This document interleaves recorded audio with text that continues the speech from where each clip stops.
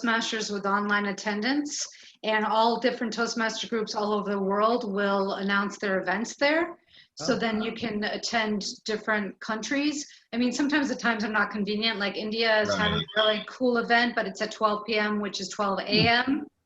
But that's Eastern Standard Time, so that would be, but I think 10 p.m. the day before. But all over the world, they're having really cool events. So if you're interested in attending events around the world, check out that Facebook group, Toastmasters with online attendance. Yeah, I'm grabbing it for you guys right now. There we go.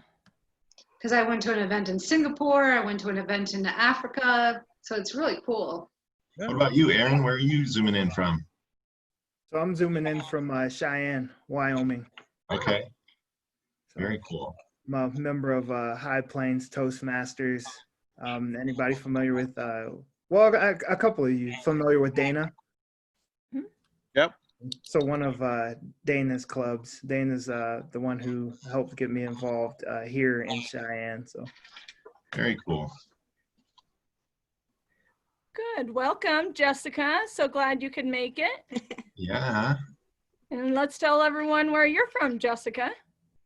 Well, I did update my name on Zoom to show that I'm the Public Relations Manager for District 106. And I met Trixie at a PRM meeting. And then Colleen, Marie, and I are in a few clubs together. Awesome. Just a few, right, Jess? I know we get addicted to our clubs, and sometimes it's even more so. There was a gentleman that was in my PR webinar last night. His name is Joe Milkovich. He goes by Hollywood Joe, and he's doing 90 days, 90 Toastmasters in 90 days. And every single day he goes to a few Toastmasters, and it's crazy. Wow. I wish I had that amount of time. Seriously. Well, Rich Hopkins did a speech for every single Right. district in the world. Right. Wow. Well, and you can do that with Zoom. I mean, it's a lot easier than trying to buy the airline ticket. Right. It is a lot easier. It is. Welcome, everyone. This is just our social hour now. So if we were live and in person, we'd all be having our beverage of choice, whatever that may be. So if you want to grab that, whatever that beverage of choice is, you can grab that. And we're just going to further mingle. And then at 6 p.m., we're going to hear from Mr. Aaron Stubbs for a half hour. And I will do a little intro for you, Aaron, and then turn it over to you. And then when you are done, then Mr. Dick Sanders is going to speak to us and share some Toastmaster knowledge as well. And then we will open the floor up to the Northern Division area to tell us more about their clubs and what they're doing, and if anyone else wants to share about Toastmasters. So if you haven't got your drink of choice, I've got mine. Mine is electrolyte water. So I have fruit juice. Sure you do. I think Just they made a finished my song iced about those tea. cups. Yeah. Where's the Pong? That's right. I want to start singing that Red Solo Cup song now. Yeah, I know. Juliana, I like your background. It's nice. Thank you. It's from Boulder. Is it really? It's beautiful. So, Jessica, you're 106 is where? We are St. Paul, Minnesota, and then north of Minnesota all the way up to Canada. So we cover Thunder Bay, and then there's another town that I'm losing the track of the name of. Oh, wow. Okay. So we go all the way up into Canada, which is really interesting because we don't get to visit each other right now in person. We're not allowed. Yeah. Across the border. So you guys are geographically challenged as well, huh? A little bit. Yeah. Yeah, District 26, I came in about a little over a year ago from District 48, which is in Southwest Florida, from the Tampa area down to Naples, Fort Myers area. And I thought that was a hike because it was 3 hours from where I live to the farthest southern club until I got up here. And I realized that when I leave Sheridan, I'm 2 hours away from the nearest club. So, Wow. What Yeah. city were you in, Dick? I'm sorry. What city were you in Florida? It was called Newport Richey. It's about 25 miles northwest of Tampa. Yeah, I have family down in Siesta Key and Punta Gorda and Fort Myers. Yep. Not too far. Wow. Well, Fort Myers has several Toastmasters clubs as well. Do they? And I'm seriously considering rejoining my home club because they're hybrid now, but they still have a Zoom presence. So Yeah. it'd be kind of fun. Hi, Dolores. Welcome, Dolores. Thank you. Thank you. And where are you? Where are you I'm from, in- my dear? I'm in Carrollton, Georgia. Where? Nice. You're in where? Carrollton, Georgia. Ah, I grew up in Savannah. Oh, Spent- good. My husband's Yes. parents were from Savannah. Yeah, spent 4 years of my life in Atlanta, and then moved all over the place. But yeah, Georgia's home for me. That's great. I've never been there, but I always want to go. It just reminds me of, just hominess. My friend lives in Macon, Georgia. Oh, And Yeah. it just seems so homey. It is, and Carrollton especially is that type of community. We're very small, but we're close to Atlanta. So we have the best of both worlds, small town community near big city. Mhm. There you go. Nice. Yeah, I Nice. have friends in Fairburn. Oh, okay, that's very neat. And I've been to your Renaissance Festival. Oh, good. Wow. Before we go any farther, Trixie, I just need to help you with your vocabulary and your pronunciation. It's Georgia, Jawja, Georgia. Georgia. All I know is the song, Georgia, Georgia. I There you got go. Georgia on my mind. Yeah, That's Go, all. girl. there you go. Hi, Dana. Welcome, Dana. Why don't you share with everyone where you are from, Miss Dana, since we have guests. I know where you're from, but our guest may not. Hi, my name is Dana Morgan Barnes. I am a DTM, past district governor, and I live in Cheyenne, Wyoming, and I am an area director here in Northern Division. Any relationship to John Barnes? Of course. John Barnes, as in the engineer John Barnes, the one, the only, the fabulous John Barnes. Mhm. We have The one I mail my checks to. that guy. Yep, he's in the next office. He's right That's fun. right over there. Nice Yes, to he meet is. you, Dana. Nice to meet you too. So Dana, how long did it take you to paint those bricks behind you?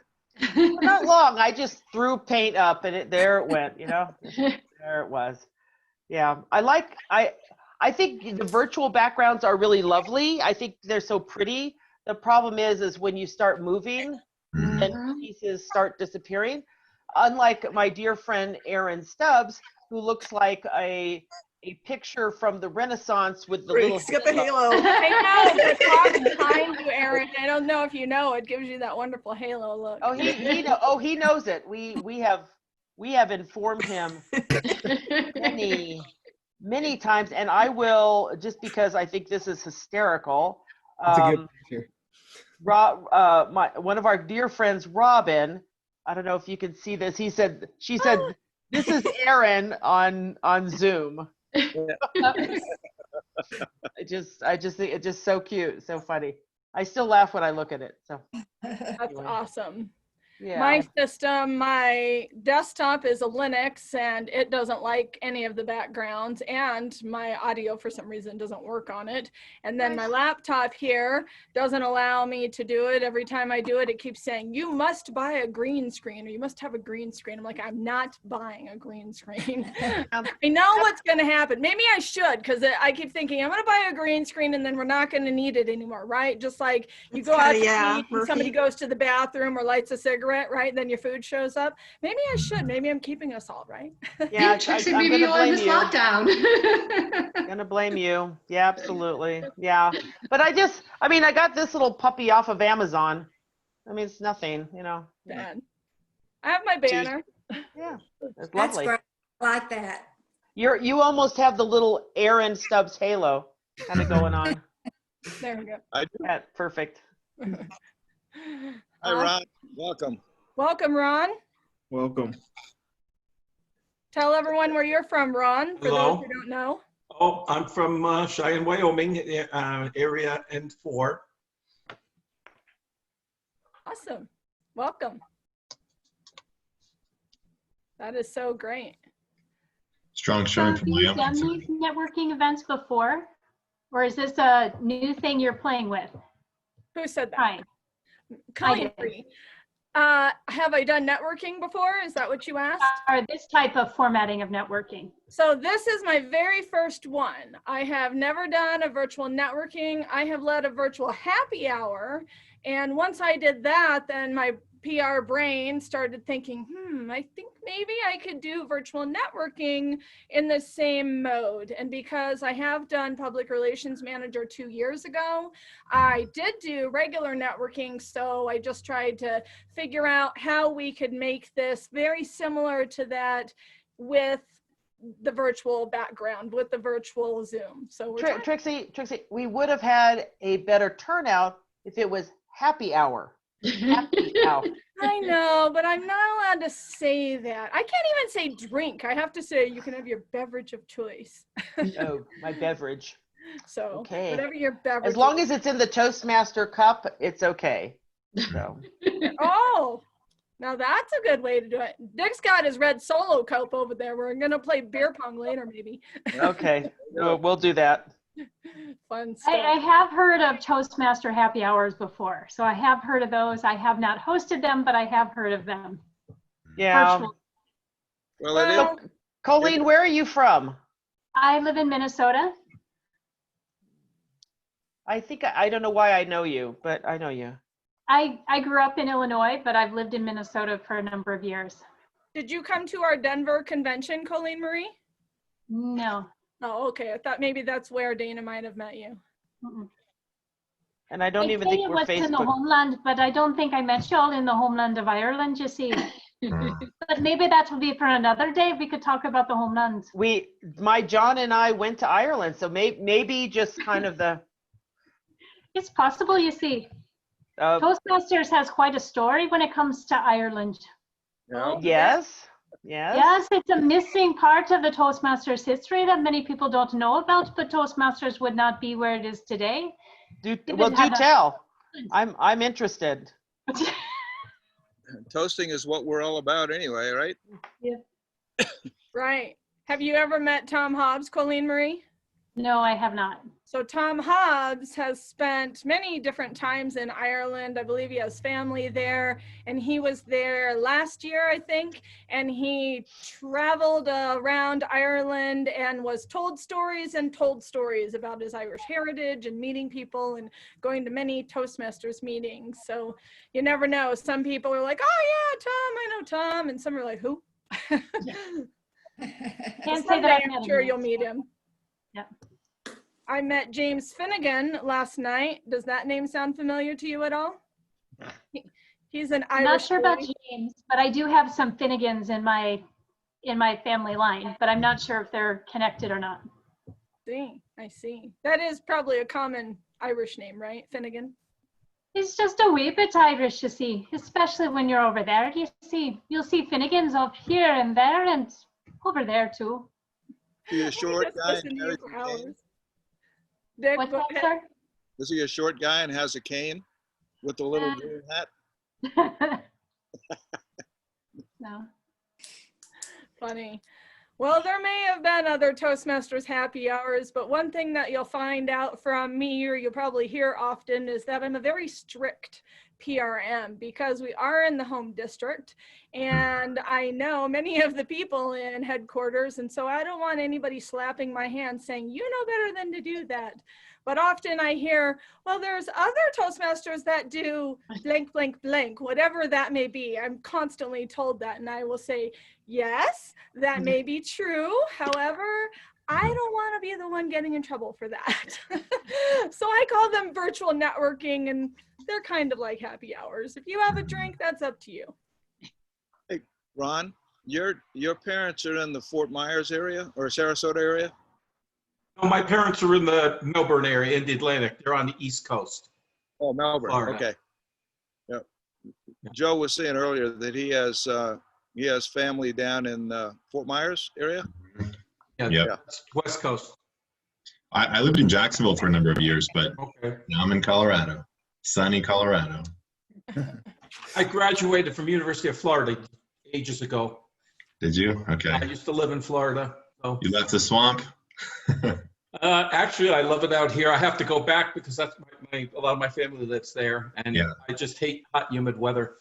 Me too. Me too. The beach is good. I like the Atlantic side more than the Gulf side, but the seasons are round out here, so. Oh, really? You're different from most people. Most people like the Gulf side because the beaches are a lot smoother as opposed to the rockier, more coral-covered Atlantic I like side. surfing and getting beaten up by the ocean, though, and you don't Okay, all right, yeah. Then if you like surfing, yeah, then the Atlantic side. potentially drowning, sharks, a little bit of excitement. There's here. sharks in the Where I Gulf. grew Don't give me sharks. Not a lot of big waves on the Gulf side. No, No. I grew up in California and I was scared to death of the beach all the time I was growing up in high school. I thought some shark was going to take me. And then once I got pulled in the undertow and I didn't ever like to go into the beach again, but I Yeah. loved watching all the surfers. I could stand up on a surfboard, but that's about it. Yeah. I like watching surfers too, but that's another story. Hey, Dana, what is your, Ron is N4, what is your area? N3. N3. Just want to jot it down so I don't forget. I have a brother-in-law and sister-in-law, actually my wife's sister, who live in Hawaii, and we went out for the wedding back in the early 80s, and he wanted to take us body surfing, but they don't do like we did out when I grew up in Savannah off the coast. You just use your body to surf. They use boards. And he said, well, we got to swim out about a quarter mile to catch the waves. I said, no, I don't think so. I'll watch. You guys have a good time. Hawaii's on our list for sure. Yeah, I want to go to Hawaii so bad. It's nice. You have to wait for it to open up again, though. Yeah. I don't know if you have it near where you're at. There's something called Flyover America. We have it at the Mall of America, and it's a virtual experience, but there they have one that's Flyover Hawaii. Ah. And it's really amazing because they use a drone to actually, it is such a real life experience where the drone goes so close to the water and they spray you with water. I mean, you see so much of the islands. It's really an amazing experience. I mean, I heard people talk about Hawaii and I was like, eh. But after I did that, I was like, I definitely want to go someday. Because you got real close to the dolphins, you got close to the water, you saw the hula dancing, all sorts of stuff. It was just breathtakingly beautiful. Wow, Yeah, that sounds really my cool. nephew's wife, they live in Hawaii, my sister-in-law's son, and she's a professional hula dancer. And well, I tell you, I didn't know the human body could move that way, but it's really interesting to watch. And then, of course, they try to get you up on stage to do that. And, you know, my old Savannah bones just don't move that way. I just watch. Yeah. What is the latest thing that the scissors, or what do they call that one move? Where they go with the hip action? Is that the floss? The Yeah, floss. Oh my goodness. Do you know how to floss? I do not. I never will. I refuse. I'm that old already. Never will learn. I am amazed when I see people know how to floss. I try, but like Dick, I don't know how the person gets their body to do that. Yeah, I have no idea. Your flyover, Hawaii, flyover, all that reminded me when we were in France a couple of years ago. We went down to the south of France when I was in remission. That's where I really wanted to go. So we spent a month in France and we just had to do things that you wouldn't normally do. And I'm terribly afraid of heights, terribly afraid. But I always wanted to go parasailing, like with the boat going and the parachutes behind you. Yes. And I shook, and there was like 6 people on the boat, and a couple of the young girls went up first, and then the parents, and I was shaking so bad, and they got me finally up there, and I was holding on, gripping with dear life, looking down, and I said to my husband, because they were the two bars next to each other, I said, how high did he say this was? And he said, just like 200 feet. And I held on even tighter, and he said, no, you just got to relax. And he's rocking this parasailing thing and saying, this is even better than flying over Hawaii and flying over all those places. Just think about the stories you tell. I said, yeah, if I go down and I die, I won't have much story. But I enjoyed it so much. And I got down in the very end, and my husband looked at me. I said, do we get to do that again? He said, yeah, see, I knew you'd get addicted. I love all those type of things, but it does very much scare me. Even if it's not real, I just get all freaked out by it.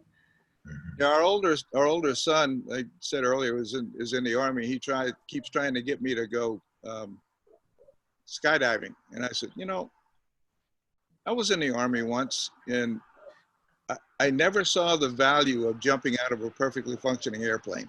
Thank you.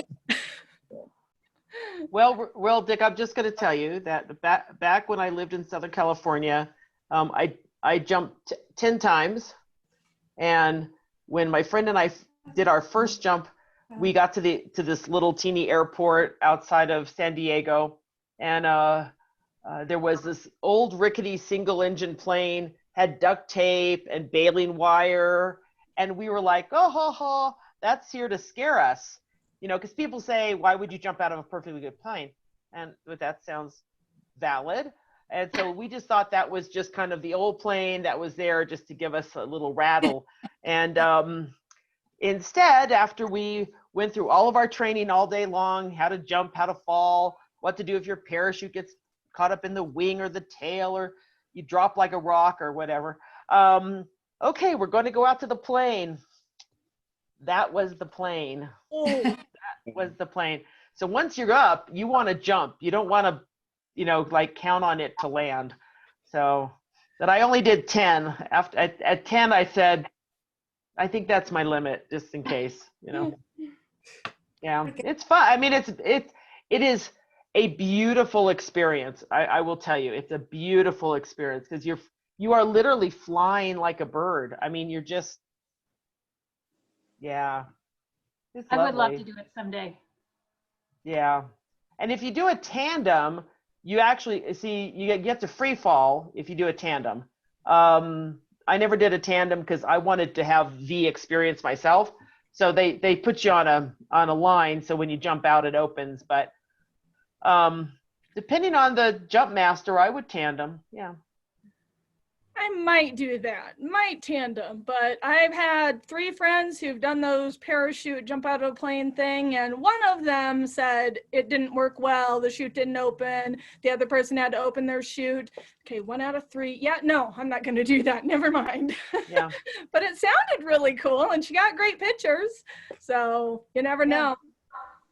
It's And unanimous. one of the seniors in my mom's area, the woman is 84, and last year jumped out of an airplane and did the whole parachute thing. The only bad thing was when she was coming down, there was something about your feet, and those of you who've jumped out of planes probably know what I'm talking about. She did something with her foot that she wasn't supposed to, and she ended up in a cast for, I don't know how many months, but for a very long time. But she still loves the experience, so you never know.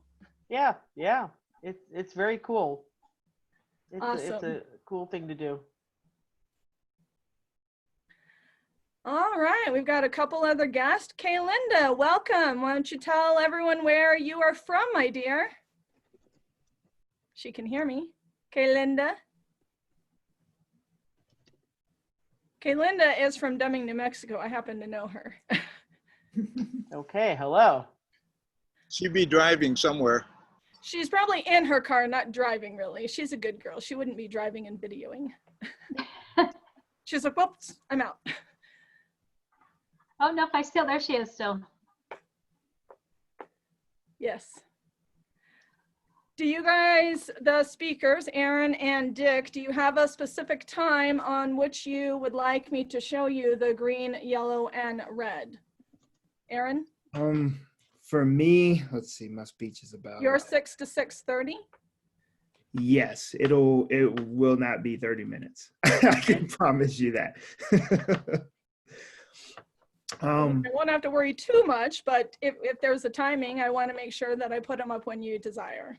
Okay, can you put the green up at about we'll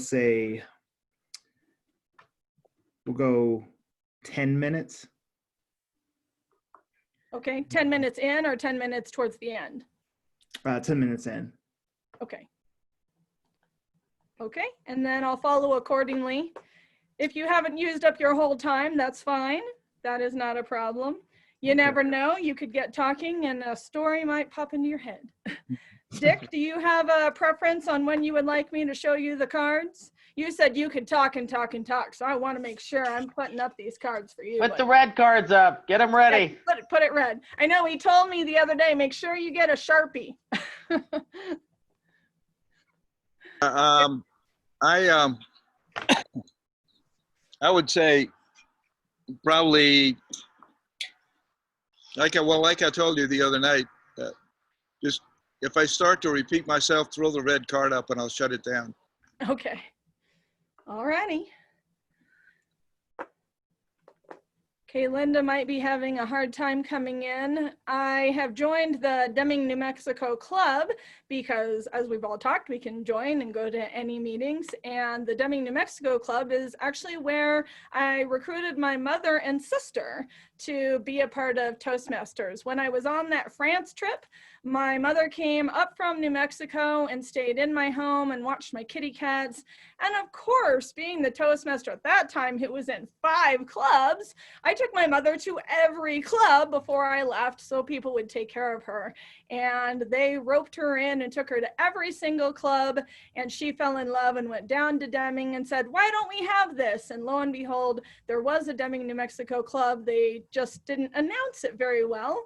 And so she started going to that club, and then my sister joined. And it has been an amazing thing for both my mother and my sister to be a part of that club and to really help them to grow. My sister had to get through second learning because of some things that had happened in her past, and she went back to school and got her GED, and then she ended up joining Toastmasters. And she has said and shared with many people how being a part of Toastmasters really changed her life and helped her to maintain that confidence, to have that confidence, to be able to speak eloquently and learn about leadership. So I find that a great story, and I'm happy to be a part of their club, even if it's only for 6 months while we're in virtual or whatever will happen from there. But it's a great opportunity, but they don't have great Wi-Fi in that area. So we might see her come in and out. So apologies ahead of time. I am going to pull up Aaron's wonderful intro here and get this ready to go. It is 5:59. So let me get this. And then I will turn it over to Aaron. I would please ask that you, unless Aaron, you want their volume on, I would ask that you have your volume off, that you're muted, and please refrain from moving around too much. If you do, go ahead and shut your camera down. We've all heard those wonderful rules. Now, Mr. Aaron Stubbs. Growth is a common theme in Toastmasters, he says, whether it's growing as a speaker, leader, or growing a network. Most members expect some form of growth to occur. Tonight, Aaron will discuss with us how joining Toastmasters has helped him grow as a communicator and as a leader. Please, everyone, help me to welcome Aaron Stubbs.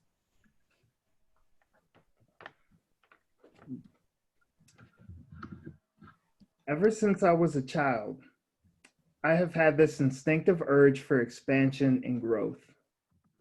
To me, the function and duty of a quality human being is the sincere and honest development of one's potential. That is a quote from martial artist, actor, and philosopher Bruce Lee. Fellow Toastmasters, it's an honor to be here this afternoon with you. I think I can honestly say that for most of us being Toastmasters, that we expect some form of growth to take place when we join Toastmasters. Whether that growth be as a public speaker, and if we were comfortable before, just taking care of some verbal pauses, some ums and some ahs, or if we were terrified of public speaking and we would get up in front of people and shake, we typically expect some form of growth. Well, today I want to share with you a story, my personal story of growth in Toastmasters. For my story of growth, at least for me, was a little unusual, and I can say my growth was a little unexpected. Now, the reason why my growth was a little unexpected was because I didn't know what to expect when I joined. But I'll explain a little further. I want to make sure that I share my background so I can provide some context to my growth. And then I want to share just how Toastmasters has helped me specifically, not just in my job, but in life as a whole. And then I'll wrap it up by talking about growth. So to really understand my journey of growth, you have to start from when I was a little kid. Now, some of you may be able to relate. I don't know, have you ever seen those kids who an adult comes up and they say, "Oh, hi." And said kid then makes a beeline to run behind their parents' legs to hide. That was actually me as a kid. I was painfully shy. My cousins make a point to remind me of that to this day. But as I got older, my one-on-one interactions would be a little awkward. I would stumble over what I wanted to say. I didn't necessarily feel comfortable interacting with everyone. But I noticed that whenever I would get up in front of large groups of people, I could talk, and I could talk very well. The words just seemed to flow out. It was as if someone just took a weight off my shoulder and I could just be me. Now I know what you're thinking. Aaron, that's a little backward there. Usually it's the other way around. Usually we are chatterboxes one-on-one, and when we get in front of large groups, you get nervous and you start shaking. Well, I don't know what to tell you. For me, it was the other way around. It just seemed like whenever I would get up in a community forum, whenever I would get up and speak in church, or when I would get up and present in school, I was okay. One specific example that I will never forget. When I was in high school, we had a voter registration day. My government teacher asked me to be the moderator.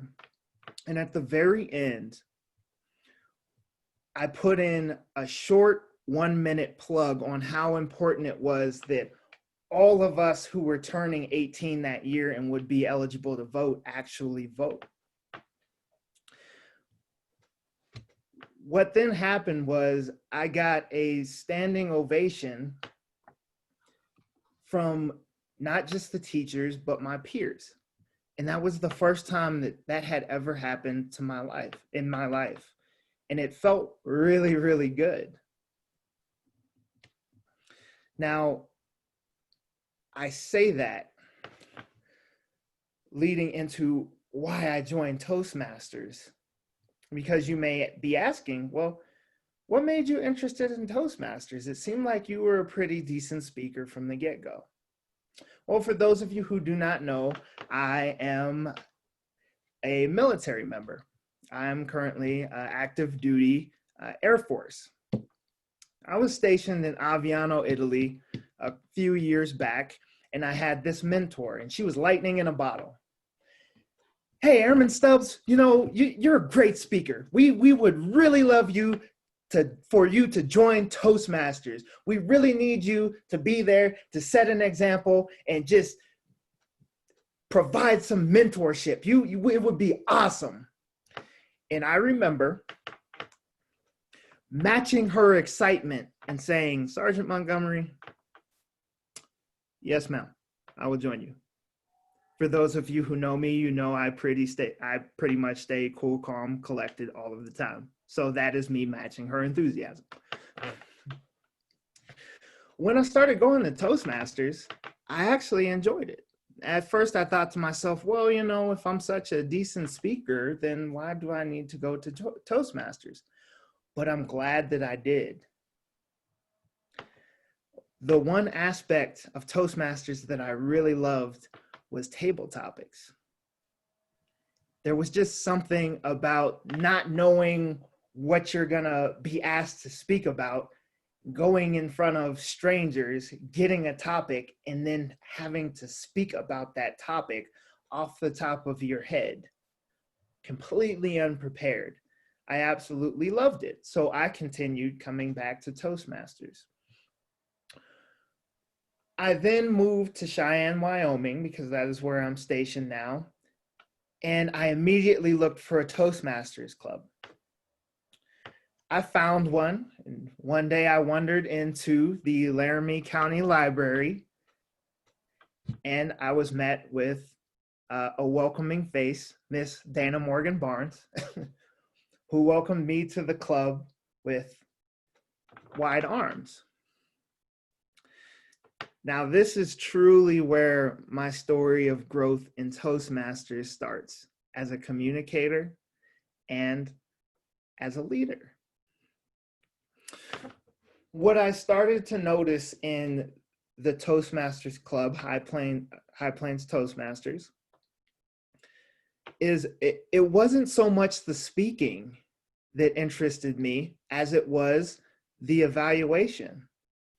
What I started to notice was I was listening to different individuals evaluate. I listened to Dana, I listened to Stacy, I listened to Aaron, I listened to everyone.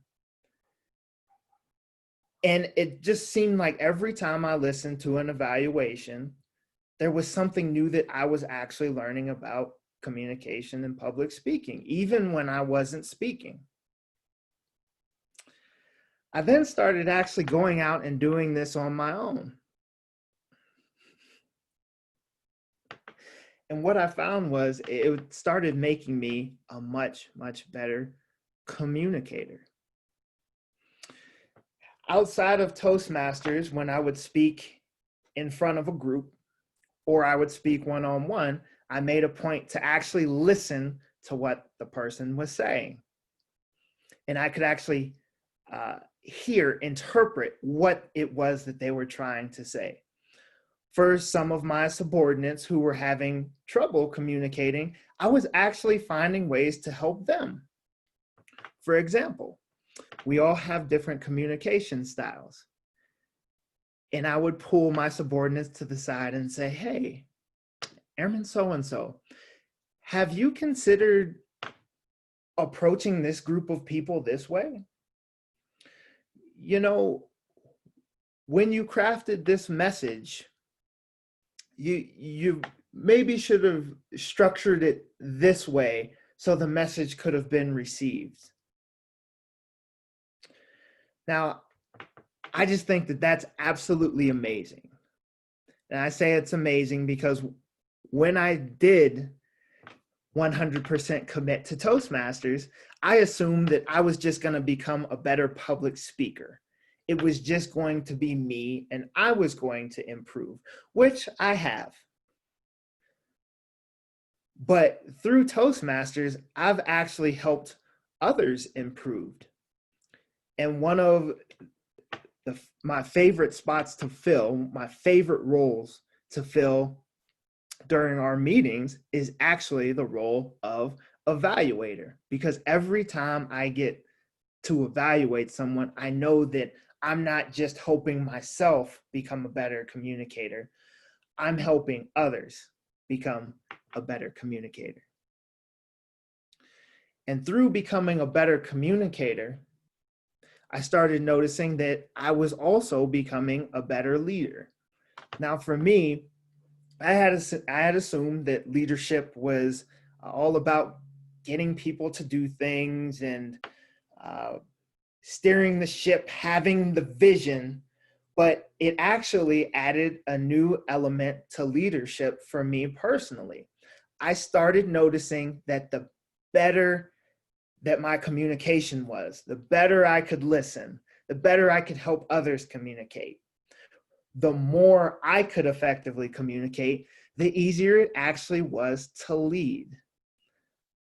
I also started to notice that the more communication styles I started to understand, the more diverse the crowd I was addressing could be. And it wasn't that I could just lead a certain group of people. I could actually lead a pretty broad spectrum, and I could switch up my communication style based off of who I needed to be leading. I can honestly say, when I started my Toastmasters journey and I had no idea what type of growth was going to take place, I never would have imagined that's where I would have grown. Like I had mentioned before, I would have assumed that the growth would have come as a public speaker. I wanted to go from being a good public speaker to a great public speaker. But somewhere in there, I didn't just become a good public speaker or a great public speaker. I actually became a better all-around communicator.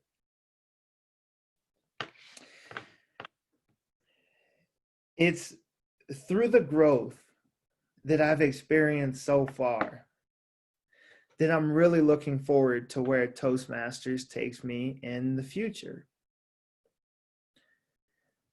I now look at growth in a completely different light. The expectation for growth for me is almost no longer there. There is no expectation. I know it's going to happen, but I've stopped really focusing on trying to make it happen in one area, and I've started taking it as it comes. It's actually really funny because when you really open yourself up and you're willing to expose yourself and listen to feedback and take on these different roles, the growth is going to happen where it's going to happen. So my fellow Toastmasters, what I would say to you is we all have a fair amount of experience, and we've all probably had some sort of growth in Toastmasters. But I would challenge you all to self-reflect and take a look. See if there's some growth that has happened in an area that you just may not be paying attention to, but it's night and day from where you started your Toastmasters journey. I know for me, that's the case, and I hope it continues to be the case. Growth is very powerful. And I can honestly say that for me, Toastmasters over the past couple years is one of the things that I have done that has provided me the largest amount of growth. Thank you. Thank you so much. That was fabulous. All right, let's everyone go ahead and unmute yourself and give this boy a round of applause. Thank you. Good job. All right, let me unpin you. There we go. Thank you so much. That was really great. I could have listened to you for the next half hour. That is fabulous. Literally, I've heard great things about Aaron. I posted this on social media and people just started sharing this left and right. I heard him here. I heard about his story. I heard him at another place. Really, really great. Thank you so much, Aaron. You're probably going to end up being a guest speaker now at other places now that other people have heard you, so watch out. Thank you for the opportunity. You are welcome. All right, now where did Mr. Dick go? I want to make sure he's back. There he is back. Okay. And let me get your intro here, Dick. If I can get this back up.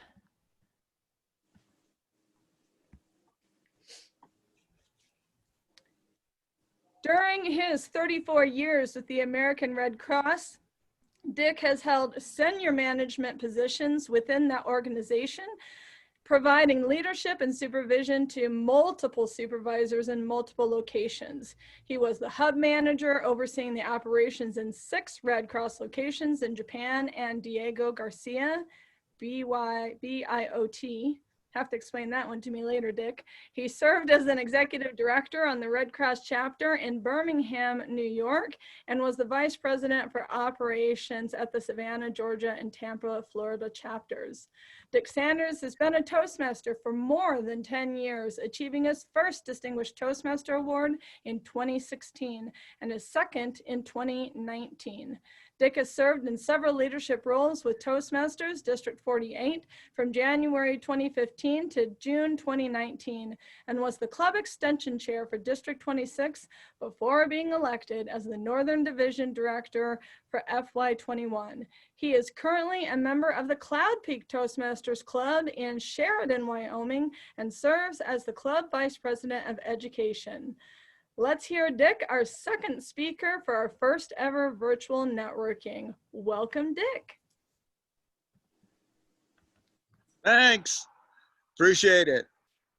Yeah, it was interesting listening to Aaron and the reasons that he listed for joining Toastmasters, and then how it kind of morphed into more of a general communicator role and leadership role. Everybody joins Toastmasters for different reasons. In it, you know, there are however many Toastmasters we have, 300 and some odd thousand around the world, and you probably have half that amount, or that number of people, of reasons that people join Toastmasters. I joined Toastmasters in Binghamton, New York in 1997. I was a new guy on the block. I was brand new to the community. I was a new executive director for the Red Cross there. And I was talking to some folks and I needed to meet some business leaders. And I wasn't sure how to go about doing that. And one of the people that I talked to said, well, you know, I belong to a Toastmasters club. Why don't you come visit and join us? We got a lot of business leaders in Toastmasters. I said, okay, fine.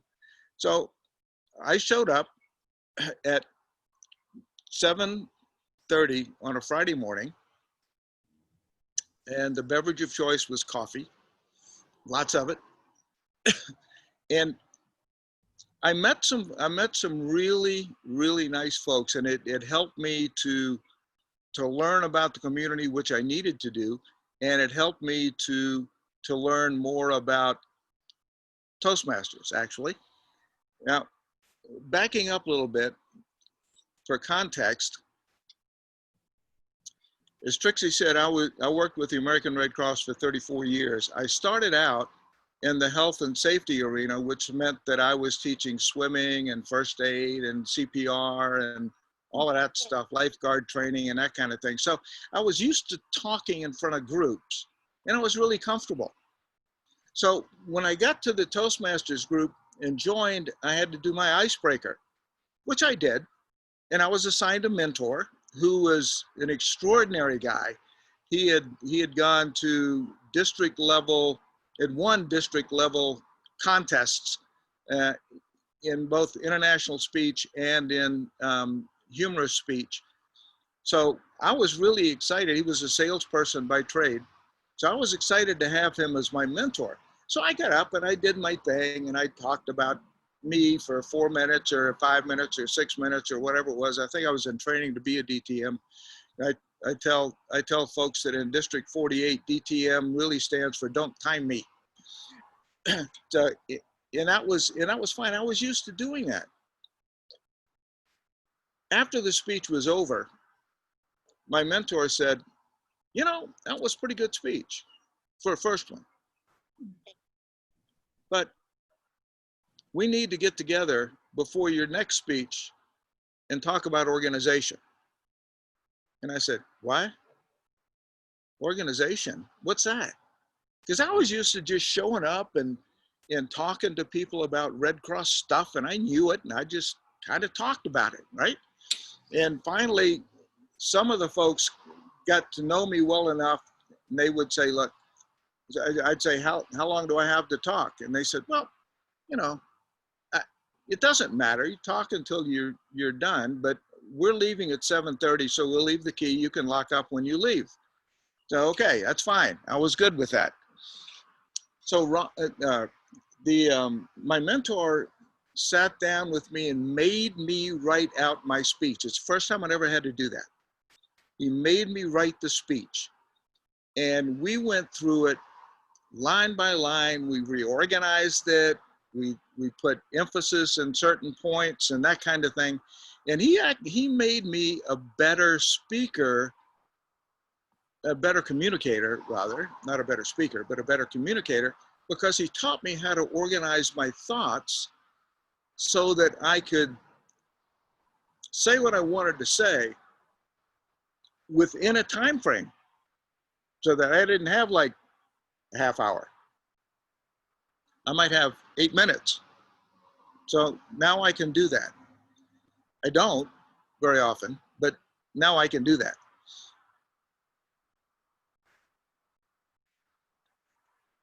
After I left Binghamton about 4 years later, I was in 2 different positions that I had absolutely no time. I was working 12, 14 hours a day, and I had no time to do anything. Finally, in 2006, I retired from the Red Cross out of the Tampa Bay chapter and was looking around for something to do. And I remembered my experience with Toastmasters in Binghamton. And we lived in a little community northwest of Tampa called Newport Richey, which is about 8 miles off the Gulf. And Ron knows where it is, I think, and probably Joe knows where it is. And I went to visit this club. They met at a much better hour, which was like 6:30 on Tuesday evening rather than 7:30 on Friday morning. And I showed up and there were 8 people there.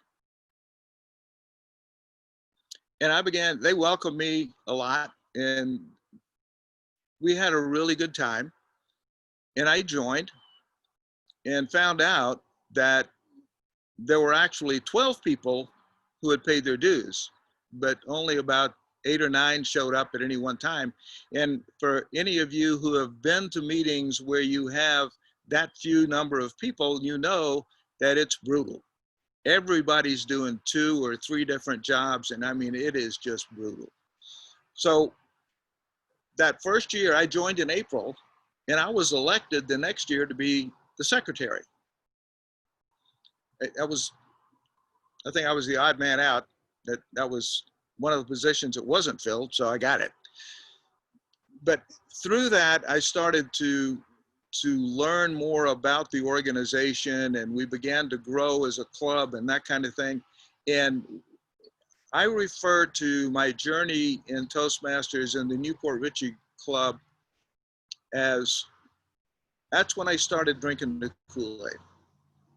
That's when I started to really understand about what this organization can really do for people. I have a really good friend from the West Pasco club that I belong to. She joined 2 weeks after I did. And I'm going to stand up for a second because I need to show you what she did. During her icebreaker, she went up to the front of the room and stood there with her hands in front of her stomach looked down, and talked for almost 3 minutes. And then she was finished and she left. And I use Connie as an example because today she is a distinguished Toastmaster and she is a very successful realtor. And I think that that would not have happened had it not been for the Toastmasters program. And like Aaron, one of my favorite things to do is evaluation. I think it is probably, if you have to pick something, I think that it's probably the most important part of the Toastmasters program if it's done right. And we focus on that in Newport Richey, and we do it in Cloud Peak as well. You know, evaluations are instructive. Evaluations are theoretically creative, and they are intended to help the speaker grow. And they're done in a non-threatening way. There's no finger pointing, and there's no, you sucked at this. This was more of, you know, I really liked what you did with this part and that part. And I think that if you try to do this, then maybe it'll be a little bit better. The presentation will be better. You'll be more effective. So I love evaluations. But one of the things that I discovered as I began my Toastmasters journey is that I had more fun helping other people achieve their goals than I did achieving my own. Now I got my first DTM in 2016, as Trixie said, and it was a challenge. It was a challenge. It's just for those, pretty much everybody, I know a lot of folks here are DTM, so you know what that is. I started working on my second DTM, and one of the speeches that I gave had to do with that. And folks said, well, why are you doing this a second time? And I said, I have no idea. It's just there, right? But as I thought about it, what that did for me was it provided structure for me to help other people achieve their goals. And so that's why I did my second DTM. And I was happy to do that.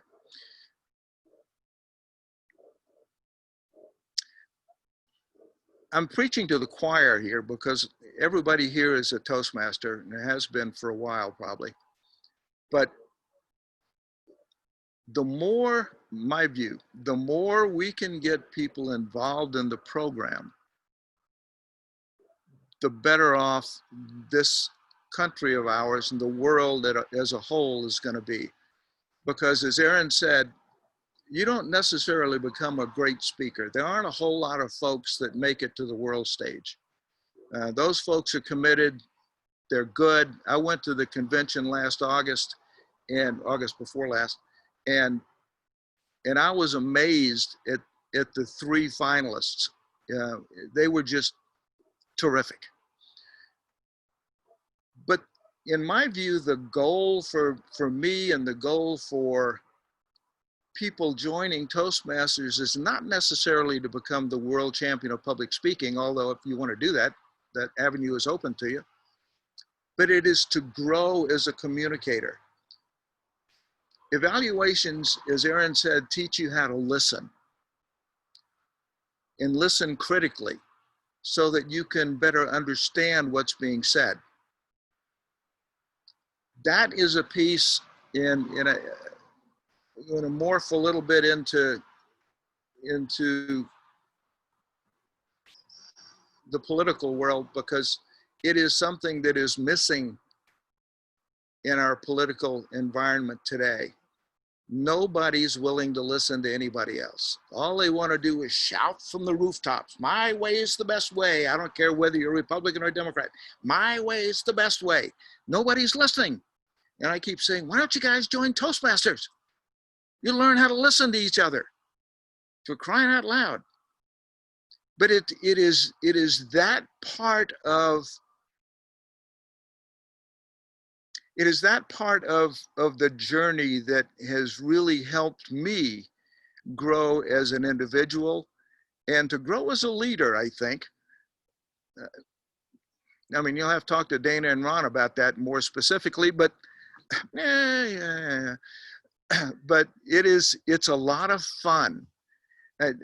One of the truisms about Toastmasters, and I've been, and a lot of you have been in different districts, and you've been to different club meetings, whether it's in person or virtually. And I don't care where you go to a Toastmasters meeting, and it's fun. You have a good time, especially with things like table topics. I mean, I've seen some really creative table topics. It's amazing to me. And people will stand up there, and brand new folks, haven't been around more than a couple of 3 months, will get up and they'll make a presentation for 1 or 2 minutes, and it's really pretty good. And they're challenged. And that's how we grow, is to challenge ourselves. And whether we do that by accepting leadership positions, or we do that by getting into contests and trying to improve our presentation skills, doesn't matter, as long as we get better at whatever it is that we do. And that, that's the message that I give to folks when I talk to our club. And I'm still, kind of feeling my way along with Cloud Peak, because they've been around since 1998. I've been here for a year and a half. And so I'm still getting to know folks, but helping them to navigate things like pathways. Oh, pathways. It is an opportunity for me as an individual and as Vice President of Education to learn more about the process and how does that process work. So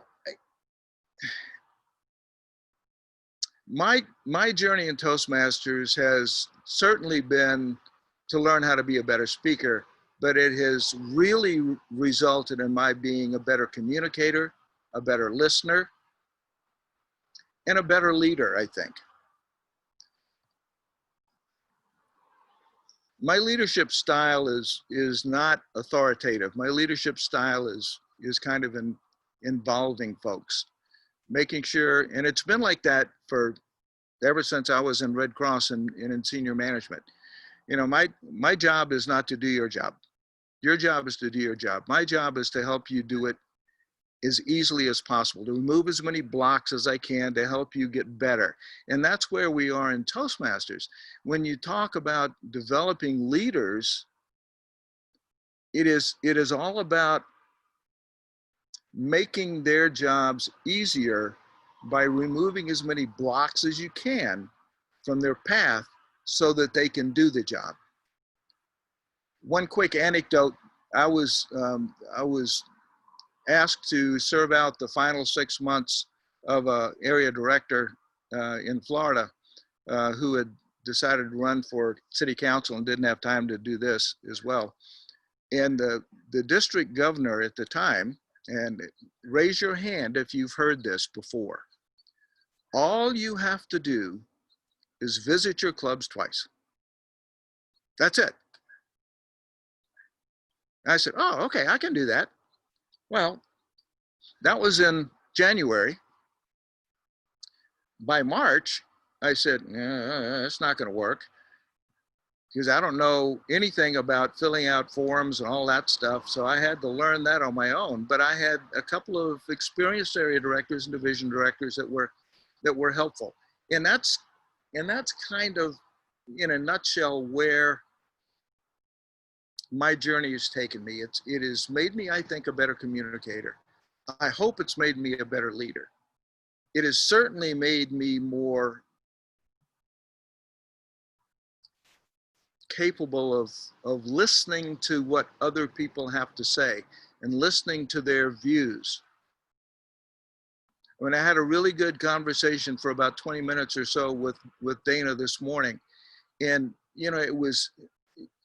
it was enlightening for me. We agreed on pretty much everything that she was saying, but it was nice to hear all of that. So Toastmasters, you know, I used to be critical of the Toastmasters motto, where leaders are made, because I said, we're not here to develop leaders, we're here to develop communicators. Well, we are. We're here to develop communication skills. But oh, by the way, we're also here to develop leadership skills. And that's where this journey has taken me. So Trixie, I'm gonna bail at this point before you throw the red card up. And we can deal with some things that we need to deal with and talk a little bit more. But you know, I would kind of like to hear from folks from some of the other districts and from, you know, from Ron and Dana about how you began your Toastmaster journey and what it has morphed into, if you will, and how you have become better at it. Because I think that would be instructive for all of us.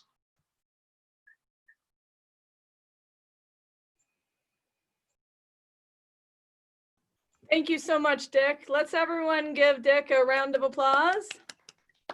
Go ahead and unmute. Give him that sound that he can hear. I love this, but you can't hear it. You can't feel it. Awesome. That is so great. I do want to go ahead and give other people the floor, but before I do, I want to say a couple of words. One, again, thank you, Aaron, and thank you, Dick, for being our speakers. I greatly appreciate your willingness to jump in and do this and be a part of this first ever virtual networking to see how it goes.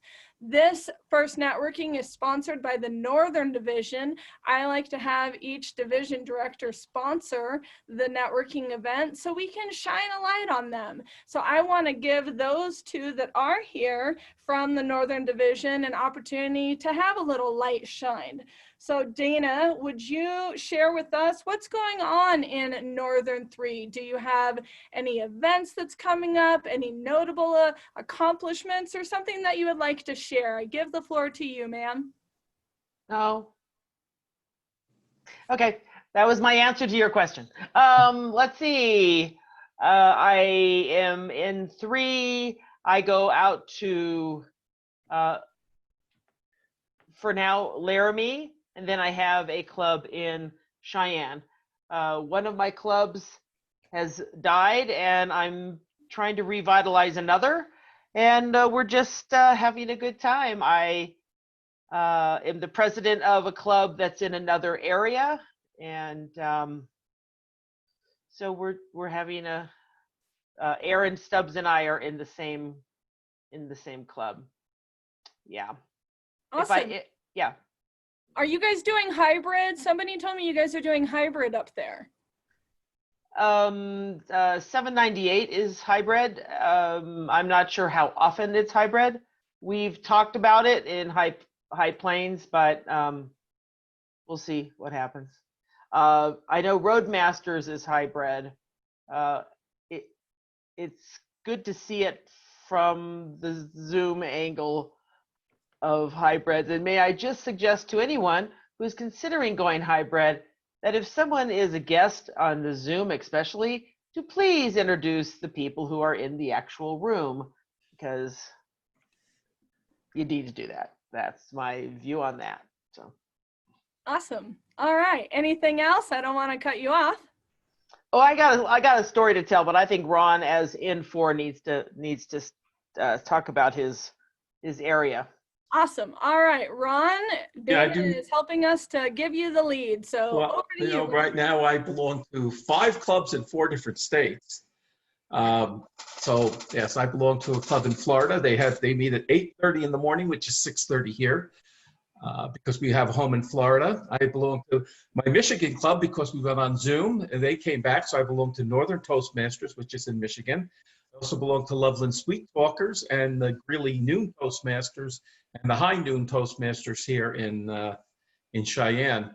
And that's my biggest battle so far has been dealing with the number of people who have dropped out because of the going to virtual. I know I'm comfortable with it. I feel like I'm talking to my computer instead of talking to people. It's hard to read faces when you're just little pictures on the wall. I've been to Toastmasters for 22 years, so I'm not as long as I started in 1998.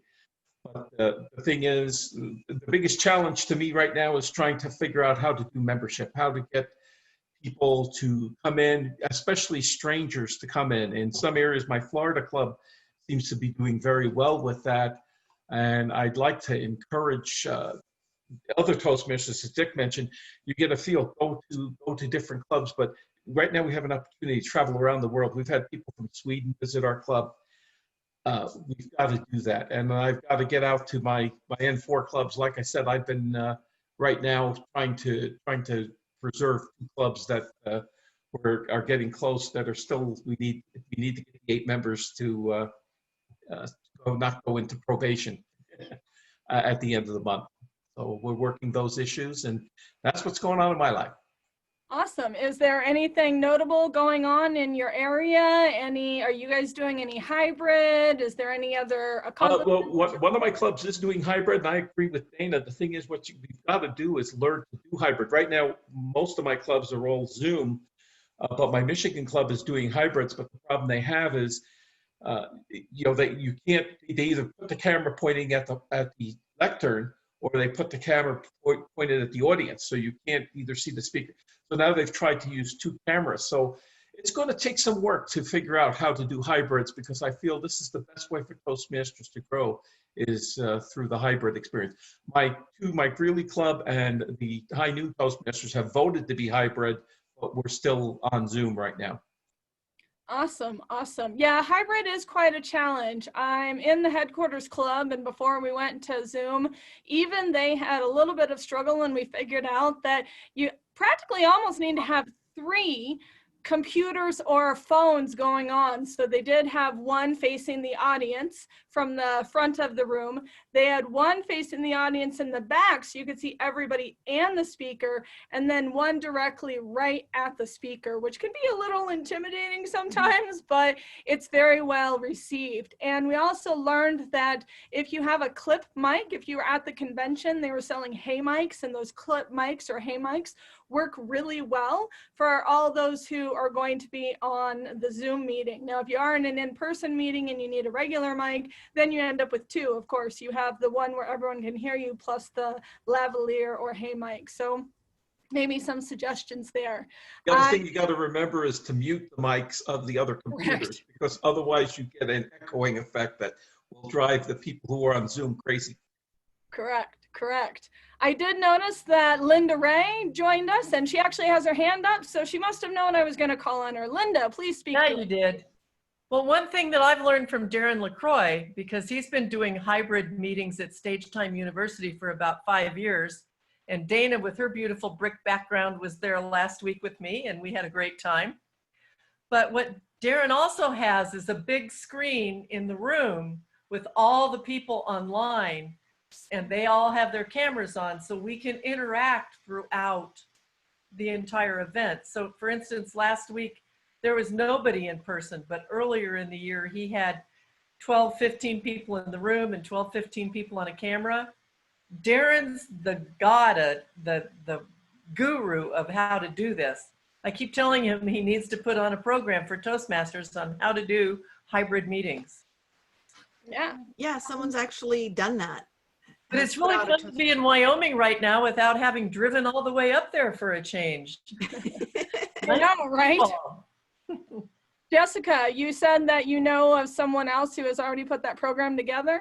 Yeah, there was an online Toastmasters group that did a video of it. I shared it on our Twitter and our Facebook earlier this summer. I want to say it was July, but it could have been August. Okay. I'm gonna go look for that. So yeah. I'll be right back. Yeah, that would be great. Dick asked, you wanted Ron and Dana to tell you some other things about their Toastmasters journey. Was there more that you wanted them to share? Otherwise, I was going to open the floor to other visitors here. No, I think just open it up, and anybody wants to jump in, jump in. Awesome, awesome. Yes, Dolores, you have your mute off. Did you want to say something? No, except that I am probably one of the newer members in Toastmasters, and that's why I'm continually searching out meetings and attending anything I can. There's one in California that I like. She has something called Pathways Cafe, and I attend that. It's on a Tuesday evening, and it starts at 10:30 my time, and we're through at midnight, after midnight. But I don't care. I love it. You know, our club is very small, and we have not had a lot of instructions. I've had to learn on my own. So this is one way I'm learning a lot, is just by attending other meetings and getting a lot of good information like I've gotten tonight. Good. Welcome. Thank you so much. Anyone else? The floor is open if you want to speak. Colleen Marie or Julianne, do you have anything to say? Colleen Marie? Well, thank you. I had a little bit of a different Toastmasters journey, is that I started in February of 2018, and I was actually certified with another organization. But the reason I joined Toastmasters is that I'm in the process of writing my first book, and I recognize that Toastmasters is the gold standard for communication and leadership skill building. And so I wanted to do that. And I had told the officers of my club that I wanted to complete a legacy DTM prior to the conversion. And they said, well, you'll need to talk to the district leadership and let them know you're interested. Well, little did I know, less than 6 months later, I would end up being an area director. I thought it would be a year later. They had someone move out of the area and was not able to complete their area directorship. And I do have to say, I fell in love with my clubs in my area directorship. And when I hear Dick talk about, you know, oh, people who tell area directors just visit your clubs twice, I cringe, because there's something so rich in each of the clubs that you can learn and grow from. And really, it was really a pretty amazing thing. I was actually able to complete my first legacy DTM in 17 months, which was really something. And I owe that to my area directorship. And I just tell those clubs that I'll always be grateful for that. And then my second year, I did a division director year, and then I completed my second legacy DTM in 11 months. And so now I'm working on a Pathways DTM. But one of the things is I'm a club president this year, and we have a team building event that we're going to do, and we're going to practice as a leadership team doing the hybrid. Because we understand that on the other side of all of this, the ideal state for the Toastmasters Club will be that hybrid environment. So why not practice? And if you're practicing it as an officer team, then it's a little less intimidating, because you can make mistakes that you don't feel as bad about. And they'll give you that feedback and say, oh, adjust this, adjust that. And so it's looking for opportunities to practice doing that hybrid. So that would be the biggest thing, is just practice. And the more you practice, you'll know what works for you and what doesn't. And you're not always going to have the ideal video conferencing equipment. So what can we do to make it as engaging and as effective as possible, so that people can enjoy Toastmasters for all that it's worth? Because it really is an amazing journey. Exactly. Thank you so much. I appreciate that. Julianne? Yeah, what I found about Toastmasters is I was already pretty good at communication, and I had done a lot of public speaking. I used to facilitate workshops for a Buddhist group and lead a lot of talks and singing for them. But it was the leadership aspect that kind of surprised me. I was drafted to be secretary right away, and then vice president of education, and then what I like to call dictator for life, which was being president for 3.5 years because nobody else would do it. So the leadership part of it I found very fulfilling. And now, actually, it's kind of funny. I don't do a lot of the speeches, which I need to get back into, but I do a lot of projects. So I'm in a corporate club for Travelers Insurance, and we've done a lot of things for the company. So just this past Wednesday, they do something called an innovation jam, where 700 employees think of ideas over a 24-hour period, and they have to pitch their product, kind of like Shark Tank. But a lot of people don't know how to pitch. So our Toastmasters group did a presentation workshop for them to teach them how to do pitches, and then we had individual coaching. So we've had a lot of really cool opportunities within the corporation to give back and to teach them all sorts of different things, like how to use the stage. When we met in person, we would be able to go into the auditorium and give presentations. Now we've been tapped to do another innovation jam in October. We have diversity networks that are very interested in communication, so we partnered with them and will continue to do so. So actually, I'm doing more project managing, which I'm doing the innovative planning path. So that's a lot about project management, but there's so much that you can do even beyond pathways that can grow you in leadership and communication that you can give to your community or your company. So I think that's really cool, all the different opportunities. Yeah, that's great. Thank you so much. It's funny, I joined Toastmasters when I first joined because I had actually done something very similar to what Juliana is talking about. When I was in Des Moines, Iowa, there was a thing called Venture School, and it was 6 weeks of intense pitching. How do you pitch? How do you learn about your project? What do you know about your problem, your passion? What are you solving? Business modeling, all of that. But the big proponent of that was pitching. Techstars came to Des Moines. We had all of those great things, and people would get up and they would have an amazing product and then stumble and stammer and shake like Erin was talking about, and they just could not get their pitch across, and they had a fabulous product. And at that point, after I had won some awards from that, I had an apron business at the time, they had said, well, you've been in Des Moines for about 5 years, and we think you should go to Colorado or California because you would do a lot better there. That's how I ended up here. And I actually didn't join Toastmasters right away. I ended up wandering around, never really knowing about it. And a friend from Maryland said, I think I know this group you would really like. It's called Toastmasters, and they do a lot of talking, and you like to talk. And I said, oh, well, that's probably not for me because I could probably take the floor. And he said, but here's the thing that I think you could learn from it. They teach you what, as Dick and Erin both talked about, evaluating, feedback, not only giving it, but accepting it. Because when I did first join Toastmasters, that was the hardest for me, is to take some of that feedback, because we've all been in those clubs that some people could still learn how to give evaluations a little bit better. And it was sometimes a little offensive. And I was like, okay, I'm just trying to share because I wanted to write a book. And eventually I was able to learn how to speak and also learn how to get my point across. And I learned about leadership and I learned about evaluation, and I was able to write that book, and it did help me. But I ended up drinking the Kool-Aid and loving the Toastmaster life and wanting to be more in the Toastmasters world.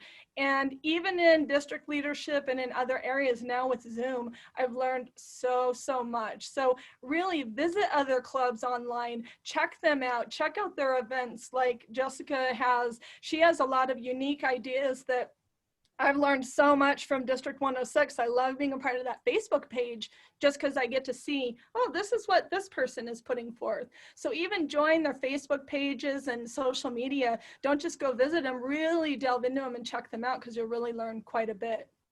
And then you can like and share and comment on posts to help get the reach out there so that you're benefiting yourself, your network, and them. Everybody wins.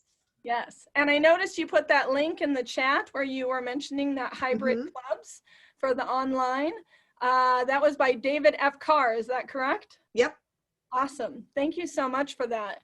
Definitely. Now, the one other thing I did want to show and share you guys before we get too far out here is that this is about the Northern Division, and we do have, and I'll put it back in the links, we have clubs with online presence page for District 26.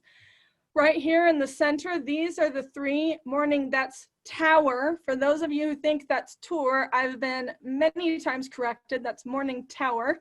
They meet Roadmasters of Cheyenne, High Plains. Those are the 3 that we have right now for the Northern Division. But as you see, there's plenty others out here. This is on our district site, and I'm going to go ahead and copy that again and share that in the chat. So if you do happen to know anybody that is in the Northern area or who might be interested in checking out these clubs, you can go ahead and visit the Northern clubs or other clubs that are in District 26. And we'd love to have you, and love to have you as members as well. There's a lot of people that can help you. Those of you who are having problems with membership, talk to some of these other clubs. If you're finding one that maybe it's in Florida that's doing really great with their membership, find out, what are you guys doing? How are you converting those people? What are we missing? A lot of times what I notice is that people are not giving the opportunity for the guest to talk or to have a one-on-one.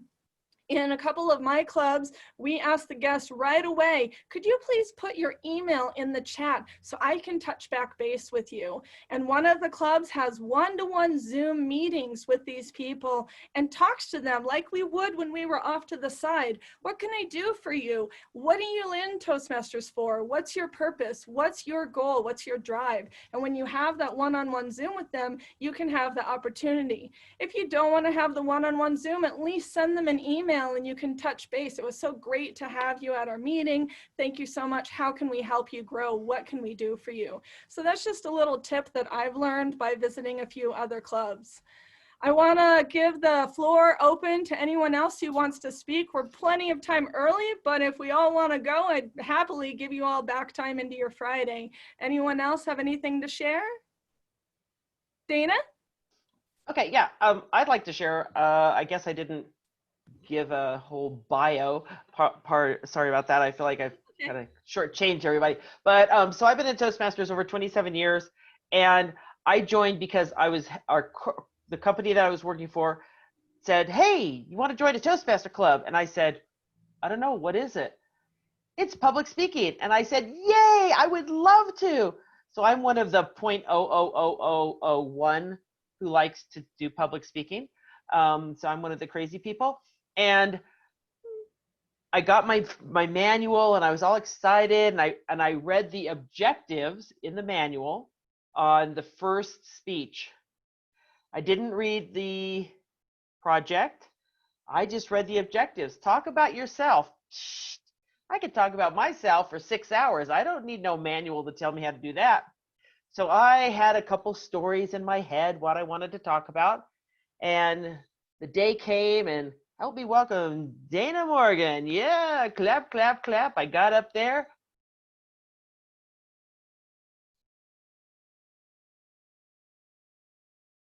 I had more ums, ahs, unintelligible words. I don't know what sounds came out of my mouth, but it lasted for about 4.5 minutes. And when I sat down, they clapped. I think they were clapping because they were finally out of pain. And the best thing about that was my evaluator. And I think that's one thing that you know, Aaron was talking about evaluation, and you know, we're all going, yay, evaluations. And absolutely. And it's because that guy came up and he said, and this is a corporate club, and he said, "Dana, you know, I really enjoyed your speech." And I'm thinking, I had no idea you could drink on the job. This guy had to be way out of there. So I thought, you know, I'm like, you know, and he said, you know, you're a good storyteller. I think you have a lot to say. My one suggestion, and he only had one suggestion, and he could have had a half hour worth of suggestions, but it was an icebreaker. And I think this is another thing to learn. Don't overwhelm, especially a new person. But he said, I have one suggestion. Before you give your next speech, please read the project. And so from that day on, so 27 years, I have always read my projects after that. And it has helped. Funny how that has worked. Yeah. So I think the evaluations, that's what keeps people coming. If you get, I gave a speech, I think it was number 5. And the guy who gave me the evaluation, he got up and he was like yelling at me, and how dare I give a speech like this, and how awful it was. And I was the worst person on earth. I mean, it was a personal attack. And I'm kind of like going, well, this is weird. It's kind of odd. But I just kind of sat there and listened. And again, this is where I think we need to train the general evaluators. We had a good general evaluator that day, and he got up and he said, Brian, I'm going to disagree with you. This speech was very well done. It had this, it had this. Dana, you could improve here and here, but overall, blah, blah, blah. So he actually, you know, gave an evaluation. He and said, no, I don't agree with you. And then afterwards, I get my manual back and I, looked at my evaluation. I thought there was maybe flames coming off. Well done. I really like the way you did this. You're really good at that. Oh, you could improve on here. It was a completely different evaluation, the verbal and the written. And this is a guy I worked with. And a couple days later, I was getting a glass of water or something, and he came up, never got eye contact with him. He came up next to me and he goes, I would like to apologize. And I said, apology accepted. Well, I'm really sorry. My meds must not have kicked in or something. And I said, okay, it's no problem.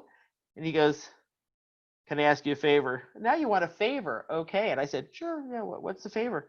Can I walk into the next meeting with you? And I said, why do you want to walk in with me? And he goes, I'm afraid they're going to kill me if I go in by myself. So needless to say, of course I said, yeah, no harm, no foul.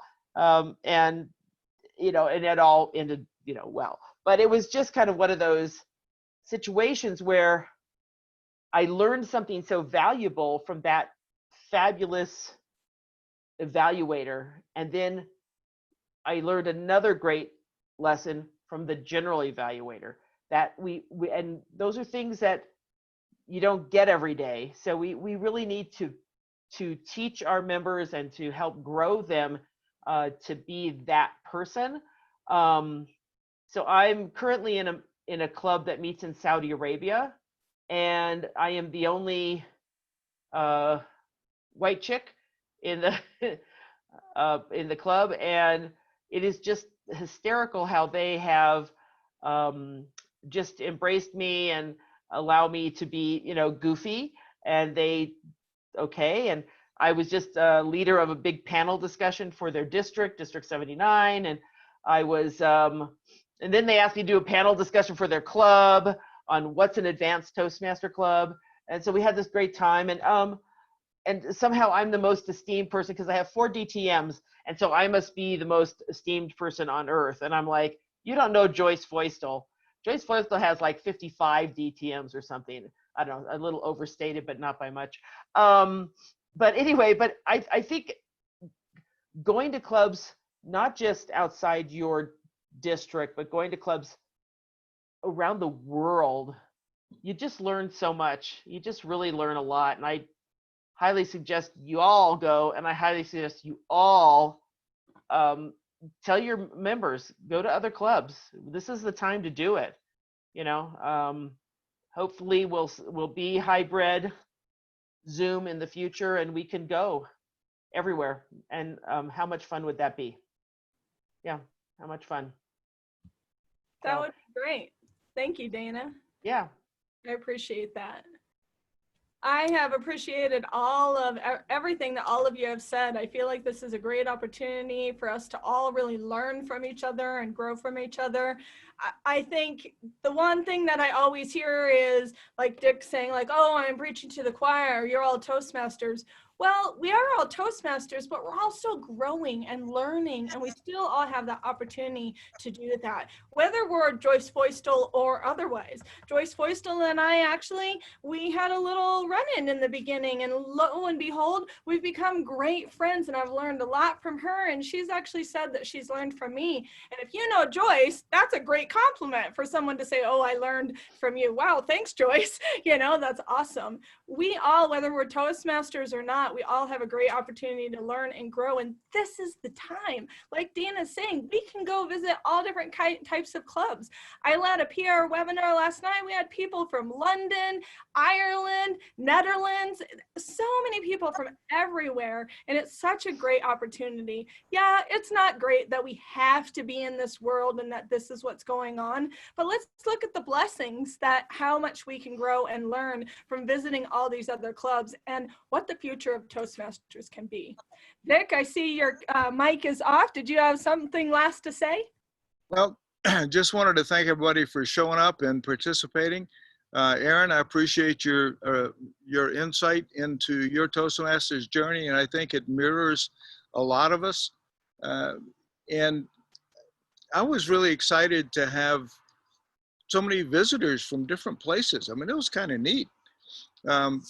So hopefully the next one is going to be which division? It's going to be I think Foothills is next. Foothills, then Western. And that's in October?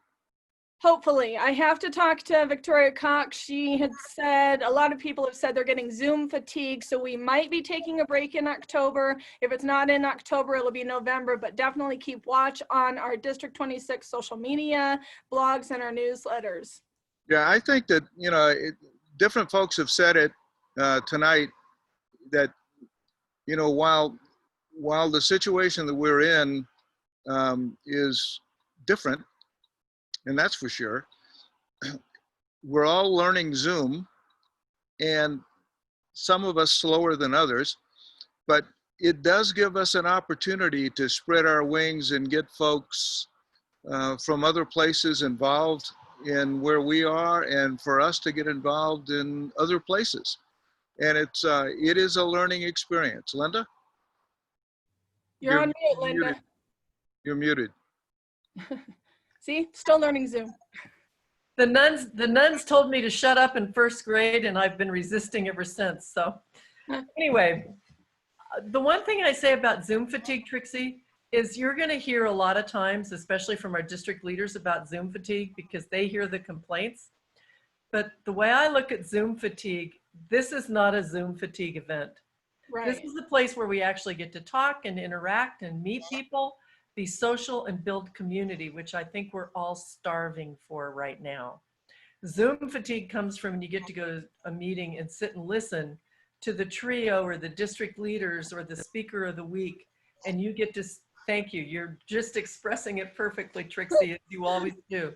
Yes. So I would say, and I would help you make the discussion with Victoria that yes, there's Zoom fatigue, but this helps eliminate Zoom fatigue, and this is good therapy. Good. And Northern Division, Dana and Dick and all the rest of you, you've done a fabulous job tonight. And of course, Trixie, you too. Thanks. Colleen Marie, you had something to say? Yeah, I just wanted to springboard off of that because this is actually the third time I've tried to do online networking. The first one was at the International Convention, and I was completely overwhelmed, and it did not help that the website had multiple issues. So I was like, well, didn't do that. And then there was a regional gathering that I was very grateful to have been invited to, but I realized that it was past and present trio members, and there was no chit chat time. I mean, I was great to, you know, be welcome to and the event. Future trio members, hint, hint. What's that? And future trio members, hint, hint. Yeah, that is a kind of discussion out there. But what I'm saying is that work on her, Dana. It's fun. You'll have fun. It'll be fun. Easy peasy. Consume your entire life. Yes. Hey, my Pathways DTM projects, I need to actually work with both past and present trio members. So that's another story. But anyway, I have to say this has been so enjoyable. I am definitely a much smaller group type of person. I mean, even though, I mean, I love being with people, but there's something about when you're able to interact and have that sense of community. And this was very much enjoyable. And so I appreciate you hosting this, Trixie, and the division directors. I didn't know that, you know, Wyoming, if you're a division director, you get the whole state. That's pretty impressive. I mean, you could almost say you're an assistant trio member, I guess. I don't know. I better not give you that promotion just yet. Geography is definitely a challenge up here. I can imagine, but this has been wonderful, and I would love to hear about other events that you guys do. This has been really wonderful. So thank you again. Good, awesome. Anyone else have any other last comments? I want to put in our website here real quick. I was a big proponent for our District 26 website. It's D26, of course I can't type and talk, toastmasters.org. And you're welcome to come and check out the site. I have oh, there's not two T's in Toastmasters. I have a public relations page as well as networking, etc. So please come and check out District 26. Did I spell that wrong? Oh, okay. Dana, what you got? I got real fast, two things. This is a general idea of the size and shape of Wyoming. Well, maybe not the size, but here is Cheyenne way down here in this southeast corner. And our most northern club is up here. And for me to drive to this club, it's not my area, but for me to drive to this club, that is about an 8-hour drive. Whoa. Yeah, so my area used to be from here all the way out to about here, and that's a 6.5-hour drive. Wow. Yeah. So you end up spending the night someplace. Anyway, so that's just a general lovely. And when people say, oh, I've been to Wyoming, yeah, that's Jackson Hole, which is over here-ish, and that isn't here. So don't even think. So you don't know nothing about Wyoming if this is the only place you've been. And I just want to also, yeah, I want to mention that our very own delightful Mr. Aaron Stubbs, he's about to be a papa for the first time. And, his wife it was like, I'm going to speak, but it may happen that night. So I got, just in case. So, I was kind of hoping for her that he'd have to miss, but I'm glad that we got to talk to him. So you go, Aaron. Yes. So Aaron, you've got an opportunity to start a youth leadership program at the nursery. Yeah, start them young, Aaron. Definitely. Congratulations. Thank you, everyone, for attending. I'm going to go ahead and give you back a few more minutes since it is a Friday night. I will be letting you know when we'll be having more. Please watch our website, watch our social media. I have a great social media coordinator, Michael Richards, who I'm hoping will be our PRM next year. So we're going to be promoting these out and out. Please stay tuned. And I will also promote them on the official International Toastmasters Facebook page or group as well. So please find us there. Thank you, everyone. Have a great night. Be safe, go forth, be fabulous, and don't forget to wear a mask. Thanks so much. Bye.